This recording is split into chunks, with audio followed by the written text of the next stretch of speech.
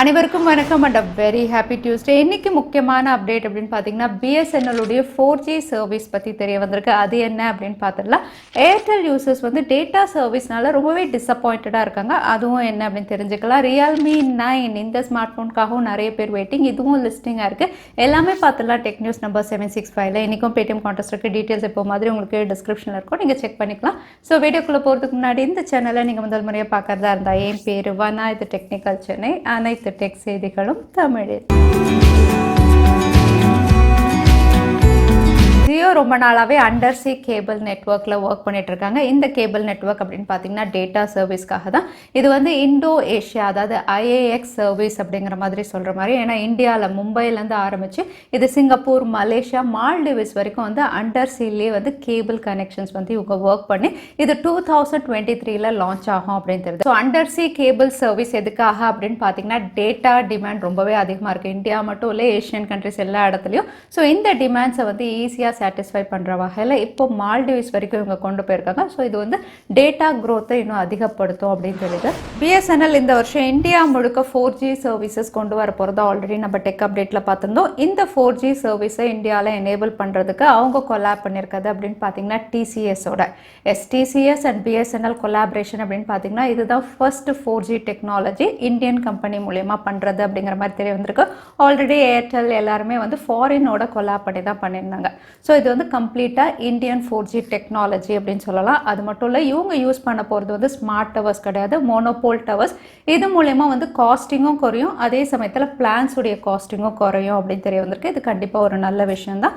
4G services அப்படின்னு பார்த்தீங்கன்னா இந்தியாவில் இண்டிபெண்டன்ஸ் டேயில் இவங்க அனௌன்ஸ் பண்ணலாம் அப்படின்னு தெரியுது. ஆக்சுவலி இவங்க ஒர்க் ஸ்டார்ட் பண்ணிட்டாங்க, பட் இண்டிபெண்டன்ஸ் டேயில் அஃபிஷியல் லான்ச் இருக்கலாம் அப்படிங்கிற மாதிரி தெரிய வந்திருக்கு. ஸோ BSNL பார்த்தாச்சு, ஜியோ பார்த்தாச்சு. அடுத்ததாக ஏர்டெல் யூசர்ஸ்க்காக தான். ஏர்டெல் யூசர்ஸ் எல்லாருமே வந்து டேட்டா இஷ்யூ ஒன்று ரேஸ் பண்ணியிருக்காங்க. இந்த டேட்டா இஷ்யூ அப்படின்னு பார்த்தீங்கன்னா வந்து ப்ரைஸ் ஹைக்கு அப்புறம் வந்து ஏர்டெல் யூசர்ஸ் நிறைய பேர் வந்து டேட்டா அதிகமாக வந்து யூஸ் ஆகுது, அதை சீக்கிரமாக முடிஞ்சிருது அப்படிங்கிற மாதிரி கம்ப்ளைண்ட் ரேஸ் பண்ணியிருக்காங்க கன்சியூமர் வழியாக. ஸோ இந்த கம்ப்ளைண்ட் எதனால அப்படின்னு பார்த்தீங்கன்னா வந்து இதுக்கு முன்னாடி, அதாவது ப்ரைஸ் ஹைக்கு முன்னாடி வந்து அதே டேட்டா பிளான் தான் 1 GB இல்லைனா 1.5 GB அவங்க யூஸ் பண்ணதாகும். இப்போ ப்ரைஸ் ஹைக்கு அப்புறம் அதே 1 GB 1.5 GB அப்படின்னு பார்த்தீங்கன்னா வந்து ஒரு நாள் கூட வராமல் ரொம்பவே குவிக்காக முடிகிறதா நிறைய யூசர் சொல்லியிருக்காங்க. இது எவ்வளோ தூரம் உண்மை அப்படின்னு தெரியல. நீங்கள் ஒருவேளை ஏர்டெல் யூஸராக இருந்தால் நீங்களும் இந்த பிரச்சனை ஃபேஸ் பண்ணுறீங்களா? ப்ரைஸ் ஹைக் ஆல்ரெடி பண்ணதுக்கப்புறம் டேட்டாவும் ஒழுங்காக கொடுக்கல அப்படிங்கிற மாதிரி நிறைய யூசர் சொல்கிறாங்க.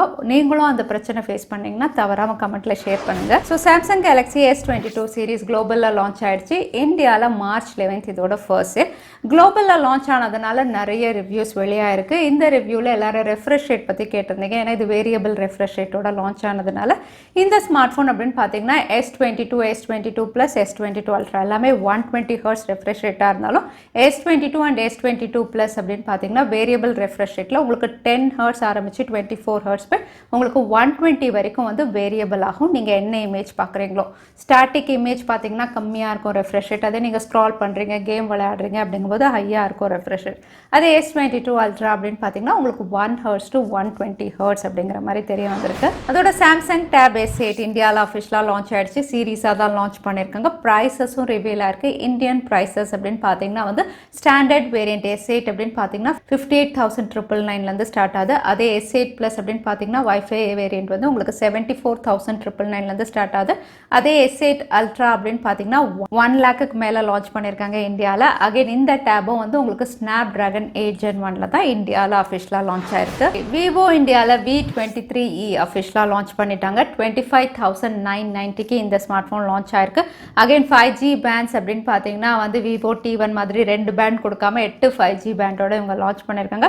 ஃபீச்சர்ஸ் அப்படின்னு பார்த்தீங்கன்னா ஏற்கனவே நம்ம பார்த்தது தான். மீடியாடெக் உடைய Dimensity 810 44 mega pixel selfie camera, 44 watt fast charging சப்போர்ட்டோட இந்த ஸ்மார்ட் ஃபோன் வந்து 25,000 அப்படின்னு லான்ச் பண்ணியிருக்காங்க. ஆஃபர் அப்படின்னு பார்த்தீங்கன்னா நீங்கள் ஒருவேளை HDFC கார்டு யூஸ் பண்ணிங்கன்னா வந்து லான்ச் ப்ரைஸ் வந்து 2,000 rupees வரைக்கும் உங்களுக்கு ஆஃபர் இருக்குது. அகைன் இந்த ஆஃபர் உங்களுக்கு ஆன்லைன் அண்ட் ஆஃப்லைன்லையும் இருக்கும் இருக்கும் அப்படிங்கிற மாதிரி மென்ஷன் பண்ணியிருக்காங்க. Xiaomi மாதிரி ரியல்மியும் வந்து ஃபாஸ்ட் சார்ஜிங் டெக் அப்படின்னு பார்த்தீங்கன்னா வேற லெவலுக்கு கொண்டு போயிட்டு தான் இருக்காங்க. இவங்களும் வந்து 200 வாட் ஃபாஸ்ட் சார்ஜர் வந்து லான்ச் பண்ண போகிறதா தெரியுது. இந்த லான்ச் அப்படின்னு பார்த்தீங்கன்னா குளோபலில், ஏன்னா MWC வந்து Feb 28 அன்னைக்கு இந்த ஈவெண்ட் கண்டக்ட் பண்ணுறாங்க. அங்கே வந்து ரியல்மியுடைய 200 வாட் வந்து இவங்க அஃபிஷியலாக அனௌன்ஸ் பண்ணலாம் அப்படின்னு தெரியுது. டெக்னோ ஸ்பார்க் 8C ஒரு என்ட்ரி லெவல் ஸ்மார்ட் ஃபோன் இந்தியாவில் லான்ச் பண்ணியிருக்காங்க. விலை அப்படின்னு பார்த்தீங்கன்னா 7499. இருந்தாலுமே அவுட்லுக் டிசைன் எப்போவுமே டெக்னோ நல்லா தான் கொடுப்பாங்க. இந்த ஸ்மார்ட் ஃபோனும் நல்லா தான் இருக்குது. அகைன் சிப்செட் அப்படின்னு பார்த்தீங்கன்னா யூனிசாக் சிப்செட்டில் கொடுத்துருக்காங்க. கேமரா வந்து ரியர் சைடில் 13 மெகா பிக்சல் பிரைமரி சென்சாரும் ஃப்ரண்ட்டில் 8 மெகா பிக்சலோட இந்த ஸ்மார்ட் ஃபோன் லான்ச் ஆயிருக்கு.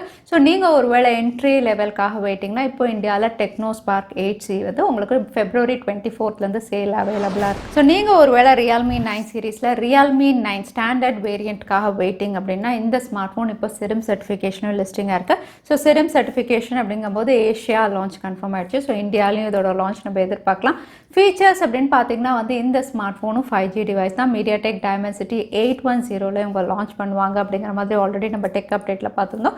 இந்த சிப்செட்டோட ரியல்மி 9ம் கூடிய விரைவில் நம்ம எதிர்பார்க்கலாம். MediaTek Dimensity 9000 இந்த சிப்செட்டில் வந்து நிறைய ஃப்ளாக்ஷிப் டிவைஸ் வந்து 2022ல் நம்ம எதிர்பார்க்கலாம். முதல் லைன் அப் அப்படின்னு பார்த்தீங்கன்னா விவோவுடைய X80 சீரீஸ் இருக்கலாம் அப்படின்னு தெரியுது. ஏன்னா ரீசெண்டாக விவோவுடைய X80ல் வந்து ஒரு Antutu ஸ்கோர் ரிவீல் ஆயிருக்கு. அகைன் ஸ்கோர்ஸ் அப்படின்னு பார்த்தீங்கன்னா இதுவுமே வந்து உங்களுக்கு 1 மில்லியன் மேலே தான் ஸ்கோர் பண்ணியிருக்கு. ஸோ இப்போ லேட்டஸ்ட்டாக எல்லா ஃப்ளாக்ஷிப் சிப்செட்டும் 1 மில்லியன் மேலே உங்களுக்கு ஸ்கோர் பண்ணுது. ஸோ பெர்ஃபார்மன்ஸ் ரொம்பவே நல்லாயிருக்கும். ஹீட் ஆகாமல் இருந்தால் அதுவும் நல்லாயிருக்கும். ஸோ MediaTek Dimensity 9000ம் ஒரு பவர்ஃபுல் சிப்செட்டாக தான் வரப்போகுது. அடுத்ததான் எனக்கு பேடிஎம் கான்டெஸ்ட்கான கேள்வி என்னன்னு பார்த்தலாம். ரியல்மி எத்தனை வாட் ஃபாஸ்ட் சார்ஜர் லான்ச் பண்ண போகிறதா இந்த வீடியோவில் சொல்லியிருந்தேன். அதுதான் எனக்கான கேள்வி. இந்த கேள்விக்கான பதில கீழே #Technical Chennai எந்த டைம் ஸ்டாம்பில் அந்த பதிலை நான் சொல்லியிருந்தேன். அதுக்கப்புறம் பதில் டைப் பண்ணுங்கள். வின்னரை நாங்கள் ரேண்டமாக சூஸ் பண்ணுவோம். ஸோ லாஸ்ட் டைம் கேட்டிருந்த பேடிஎம் கான்டெஸ்ட்கான கேள்விக்கான பதில் ட்ரூத் சோஷியல் ஆப். நிறைய பேர் சரியான பதில் சொல்லிருந்தீங்க. அதில் வின்னர் வந்து ஜான்சன். கங்க்ராச்சுலேஷன். இமெயில் வழியாக எங்களை காண்டாக்ட் பண்ணுங்க. தவறாம யூடியூப் லிங்கே அனுப்புங்க. உங்களுக்கு பேடிஎம் கிஃப்ட் வச்சர் வந்து சேரும். ஸோ இன்னைக்கு டெக் அப்டேட் டுடே கடைசிக்கு வந்தாச்சு. வீடியோ பிடிச்சிருந்தா லைக் பண்ணுங்க. யூஸ்ஃபுல்லாக இருந்தால் உங்கள் ஃப்ரெண்ட்ஸுக்கும் ஷேர் பண்ணுங்க. இன்னொரு வீடியோவில் பார்க்குறேன். Stay safe, stay happy.